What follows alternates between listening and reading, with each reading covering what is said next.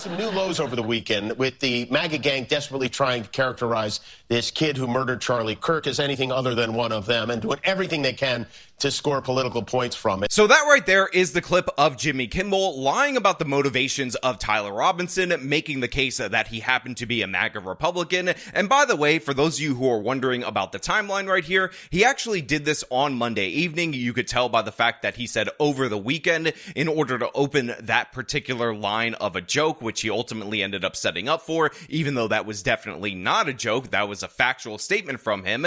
And this ultimately led to a series of events that led to Jimmy Kimmel's show being suspended. Now, a lot of people are saying that ABC suspended his show. This is actually not that true. What actually ended up happening is that there's a company called Nexstar Media Group, which actually controls a bunch of local affiliate stations around the country. They made the decision to pull Jimmy Kimmel's show in their stations, in their parts of the country, and then ABC ultimately ended up following suit. However, while a lot of people on the right are celebrating this because essentially it is cancel culture coming home to roost for the left wing, it's consequences that they again celebrated against a bunch of different figures that they perceive to be right wing. In reality, there's actually a little bit more to this story, and while I would love nothing more than to make fun of Jimmy Kimmel for getting the consequences of what he said, the FCC commissioner kind of completely spoiled this because he went on Benny Johnson's program and essentially threatened to pull the license of ABC over Jimmy Kimmel's comments,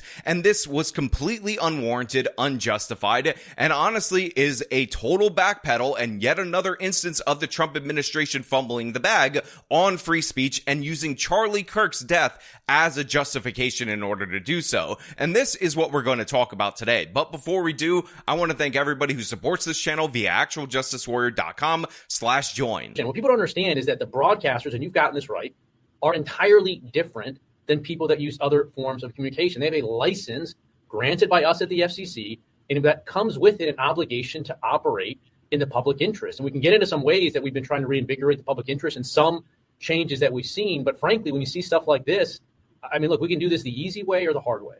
These companies can find ways to change conduct, to take action, frankly, on Kimmel, or there's going to be additional work for the FCC ahead. So that right there was a clip from the Benny Johnson show where Benny Johnson asked the head of the FCC in the Trump administration about whether or not there's something that can be done about the fact that Jimmy Kimmel blatantly lied on air. And of course, the FCC commissioner should have responded to this by saying, even though that's disgusting speech and whatnot, it's actually fully protected First Amendment speech. However, the FCC commissioner went in a completely different direction. He ended up threatening investigations, consequences, and of course, the threat of pulling the license of ABC, which, by the way, is granted by the FCC because ABC broadcasts on broadcast television. It's not a cable station. And this is where we run into major problems. What would you like to see done at ABC?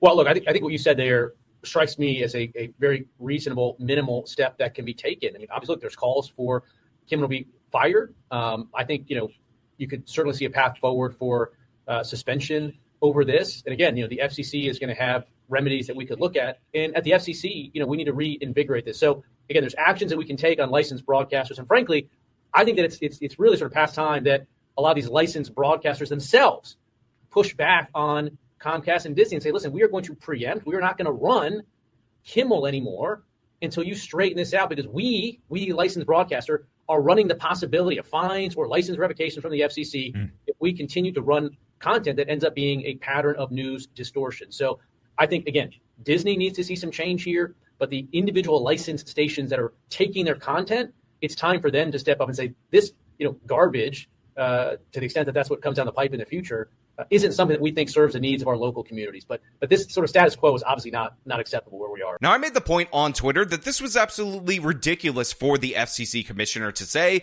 and essentially it ends up spoiling what could be a victory for the right, because we are definitely allowed as commentators and people who are on the right to criticize Jimmy Kimmel for the things that he said by implying a threat of government force against ABC if they don't take some kind of action against him. Because now, rather than the story being Jimmy Kimmel lied on air and then people got angry about it and Sinclair Broadcasting or Nexstar Group pulled him from their stations, the story ultimately ends up being that the FCC put pressure on ABC in order to make these moves, which is completely and wholly unconstitutional. Now, of course, a bunch of people in my replies decided it would be appropriate to send me FCC rules about lying about crime, which of course they pulled from Google, never clicked on the link, and never understood the context of. So one of the things that I would like to do for you guys out there in the audience is actually pull up the hoaxes doctrine from the FCC, and you guys can see for yourself that this completely does not apply to the situation that we're talking about,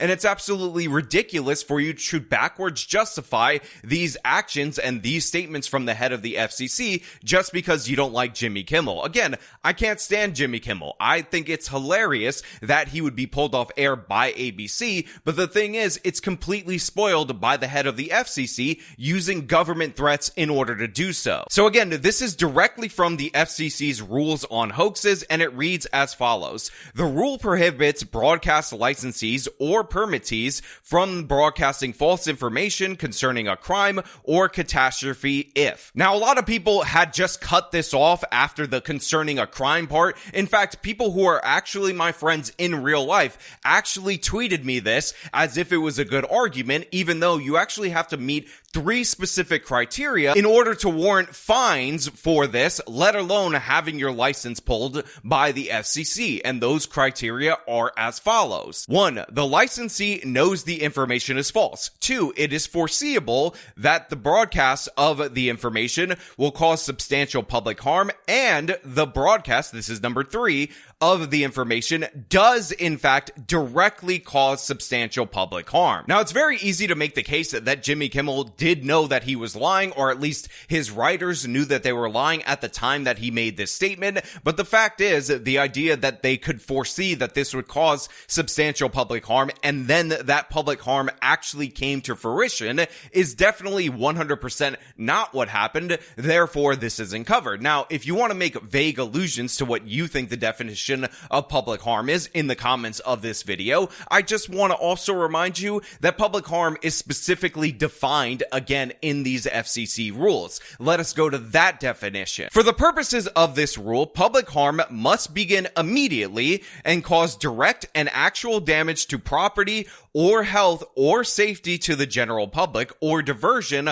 of law enforcement or other public health and safety authorities from their duties. Now, this obviously did not happen, unless you're trying to make the case that directly after Jimmy Kimmel made these statements, a bunch of law enforcement resources were misdeployed, people started panicking, there was a healthcare or medical care panic in this particular country or a region of this country. But again, that is betrayed by reality. And the reason, by the way, that the rules are laid out this way is that these rules were specifically put into place based on a broadcast of War of the Worlds that happened way back in the day over radio that actually convinced people of the idea that there was an alien invasion, which caused a bunch of the people who tuned in late to that broadcast to panic and start doing things in response to said alien invasion. But the thing is, our First Amendment is so strong that even that particular incident that inspired these sets of rules would not have been punishable under the rules again that were laid out post that, because again, you have to knowingly lie. You can't provide a disclaimer that it's a fictional broadcast, which was actually provided during that reading of War of the Worlds over radio. But again, people are trying to take this, misappropriate portions of it in order to say that the FCC was justified in going after Jimmy Kimmel, which they were absolutely not. And again, the threat of government force is sufficient enough to be a First Amendment violation. In fact, this was happening all throughout the Biden years against organizations like the NRA, and they won a case 9-0 last year in 2024, directly addressing whether or not you could threaten government power in order to force somebody into compliance. And by the way, the reason this case is so crucial is because what New York was doing was warning financial institutions about reputational harm and telling them that they had to think about their association with with the NRA, much in the same way that the FCC guy was alluding to the possible fines and whatnot that the local broadcasting affiliates could face for hosting content like Jimmy Kimmel, and much in the same way that Sinclair and, of course, Nexstar were the ones who actually pulled the plug on Kimmel first. These financial institutions, based on the implied threats from New York, ended up pulling association with the NRA. So again, this is a one-to-one case. So no, in no way, shape, or form was it appropriate for the head of the FCC to say anything like he said on Benny Johnson's show, and anyone making an argument to the contrary is ridiculous, absurd, and by the way, you know who's absolutely right about this? Tucker Carlson. Tucker Carlson wants to slaughter you. Anna, relax. No, he doesn't. To slaughter you. Anna, calm down. Look, I'm gonna just play the clip of Tucker Carlson before Anna ends up going crazy. You hope that Charlie Kirk's death won't be used by a group we now call bad actors to create a society that was the opposite of the one he worked to build. You hope that. You hope that a year from now, the turmoil we're seeing in the aftermath of his murder won't be leveraged to bring hate speech laws to this country. And trust me, if it is, if that does happen, there is never a more justified moment for civil disobedience than that. Now, look, I'm not a huge fan of Tucker Carlson as of late, but in reality, he was 100% dead on accurate about what the Trump administration might do unless we actually fight back against them in terms of a response to Charlie Kirk's death. And 100%, this would be a direct violation, at least of the perceived legacy of Charlie Kirk as a free speech activist. And by the way, this FCC statement on the Benny Johnson show is not the first instance of this. Remember, we had the whole Pam Bondi hate speech nonsense that went off later, which, by the way, I still want this woman to resign because even in her walkback statement, she still mentioned hate speech, which again is a left-wing Marxist term that should never, absolutely ever be uttered by anyone in a position of government power, let alone a Republican attorney general. So to be clear, anyone making excuses for what the head of the FCC said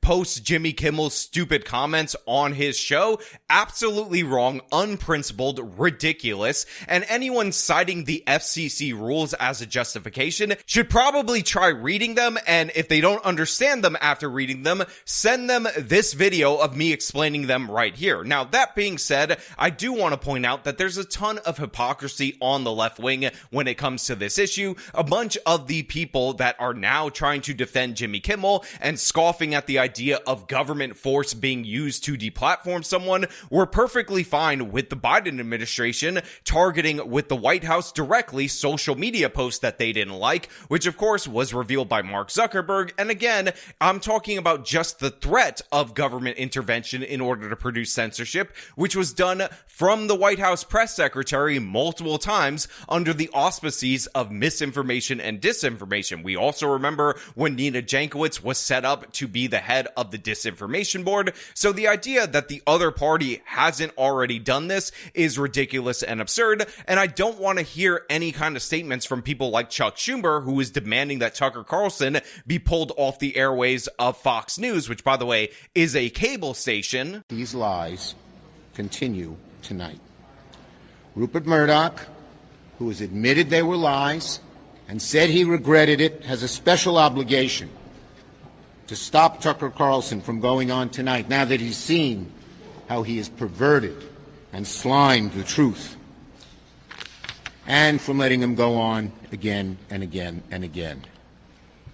Not because their views deserve such opprobrium, but because our democracy depends on it. And that goes double for AOC, who not only called for the same censorship of Tucker Carlson, but she actually wanted to invoke the FCC in order to do so, because she's not even smart enough to understand the distinction between broadcast and cable stations, as she's under the impression that Fox News is actually a broadcast network. We have very real issues with what is permissible on air. Media organizations or social media platforms should be accountable for the role for being platforms for incitement.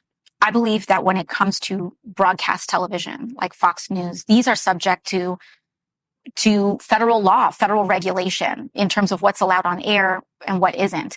And when you look at what Tucker Carlson and some of these other folks on Fox do, it is very, very clearly incitement of violence. Very clearly incitement of violence. And that is the line that I think we have to be willing to contend with. So to be clear, this is not a teaming up with the left wing situation or anything of the sort. They don't have clean hands either. This is about principles. And more importantly, it's about the absolute stupidity over at the Trump administration and from the head of the FCC to make Jimmy Kimmel, who again had a dying show that nobody was really watching in the first place, into a free speech martyr for no reason. In reality, if the government didn't stick their big stupid nose into this particular case, there's nothing that says that Sinclair/Nexstar wouldn't have pulled him from their affiliate stations, and we wouldn't have ultimately ended up gotten to this same result. But now, because the government was involved, and yes, the threat itself is a problem,